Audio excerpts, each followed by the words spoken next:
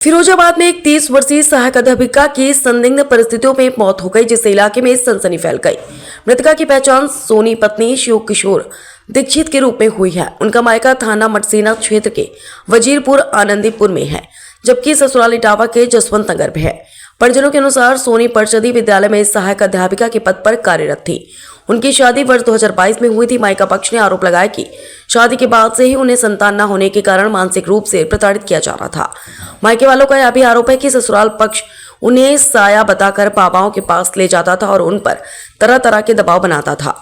परिजनों का कहना है कि सोनी लगातार इस प्रताड़ना का शिकार हो रही थी। पति पत्नी को फिरोजाबाद लेकर आया, जहां उसे ट्रॉमा सेंटर ले गए, जहां डॉक्टर ने उसे मृत घोषित कर दिया। परिजनों ने हंगामा कर दिया। पिता और भाई का कहना है कि तंत्र क्रिया में उसे कुछ खाने को दिया गया।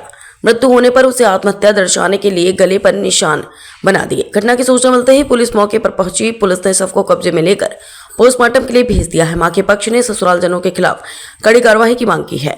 फिरोजाबाद से अरविंद कुमार, समाचार 24। शर्मा। क्या घटना हुई है? घटना आज ऐसा था, कल मेरी लड़की से बात हुई है। ये किसी भगत के पास ले गए मेरी बेटी को, और भगत ने कुछ उसको दिया, चक्कर वक्कर आ गया है, तो उसने उल्टी भी हुई। उसने कहा कैसे पापा भगत पे ले गए, कुछ चक्कर बताते हैं। तो मैंने कहा तू बेटा फिरोजाबाद आ जाना, मैं नमित गुप्ता को दिखा दूंगा, चक्कर आ रहे हैं। कि तो ठीक है, आज विस्पित है, विस्पित तो शुक्र को आ जाएंगे। तो ठीक है। फिर आज उससे कोई बात नहीं हुई। सीधी इनकी अभी फोन आया कि बिटिया तुम्हारी ने ऐसे ऐसे गिर गई है, फिर बताया छत से गिरी है, बताई थी। फिर मालूम पड़ा, हम जैसे पहुंचे वहाँ रास्ते में, भाई गिरी नहीं, कैसे क्या ये गर्दन वर्दन के फांसी लगा ली। फांसी नहीं लगाई, झूठ बोलती है, फांसी का निशान ही नहीं है। कब शादी हुई थी बेटी की? 2022 दिसंबर कहाँ शादी हुई थी? ये जसवंत नगर के पास गांव उतरे, इटावा डिस्ट्रिक्ट।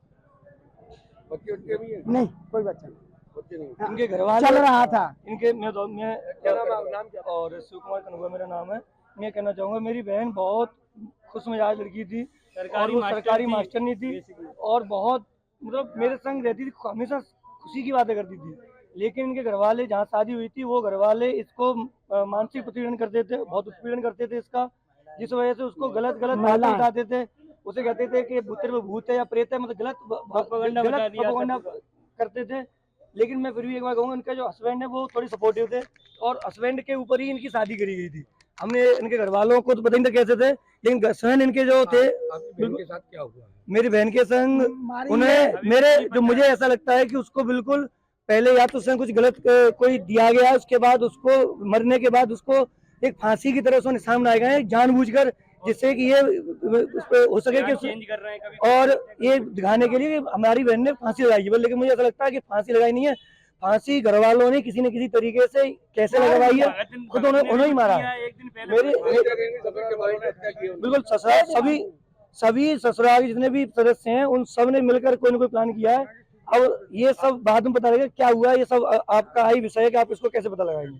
आपको कैसे मिली और कहाँ बहन की पोस्टिंग थी आपकी? मेरी बहन की फोन जसवंत नगर में ही, कौन सा ब्लॉक, उतरई के पास ही गांव में ब्लॉक, उसमें वो प्राइमरी के अध्यापक, सहायक अध्यापिका थी, और उसकी नौकरी भी अच्छी चल रही थी और खुश थी वो तो अपनी नौकरी से। पर पता नहीं घर वाले उससे क्यों दुखी रहते थे। बस भगत उनके दिमाग में मानसिक प्रताड़ना करते रहते थे कि जैसे कि अभी बच्चा नहीं हुआ है 2-3 साल से। कहाँ के थे, कहाँ गए थे? ये बिल्कुल नहीं है, ये घर पर ही 1-2 दिन पहले फोन आया कि ऐसे क्या सूचना मिली? आज हमें सूचना कि आपकी बच्ची ने गिर गई है, या फिर उन्होंने फांसी लगाने का प्रयत्न किया हुआ है, ऐसे किया गया है। अब उन्होंने क्लियर हुई है नहीं, क्या करा उन्होंने? अभी नहीं, पोस्टमार्टम के बाद ही पता लगेगा कि अब क्या चाहते हैं? हम ये चाहते हैं कि पहली बात ये पता लगे कि हमारी बहन का साथ हुआ क्या है। जब तक ये नहीं पता लगेगा हमारी बहन के साथ हुआ क्या है, किसने क्या किया है, और हम अपनी बहन को न्याय जरूर दिलाएंगे, चाहे कुछ भी हो जाए। हम इतने सब लोग, बहन भाई सब जितने भी हैं हमारे परिवार के, सब पढ़े लिखे लोग हैं, और हम इसका बिल्कुल अपनी बहन को बिना न्याय दिले हुए हम बिल्कुल लड़ते रहेंगे, चाहे हमें कुछ भी हो, चाहे हमें धरना देना पड़े, खुद आत्महत्या करनी पड़े, अपनी बहन को न्याय जरूर दिलाएंगे। आप लोगों से भी वो है, निवेदन है कि आप सपोर्ट करें। आप सभी लोग अब खुद भी सेल्फ डिपेंडेंट थी, तो ये सुसाइड करने का तो कोई औचित्य बनता ही नहीं। झांसा जो देते थे वो किस तरीके का झांसा था, क्या थी? ये तो यही जाने ये भगत की परेशानी से बहुत परेशान थी, मानसिक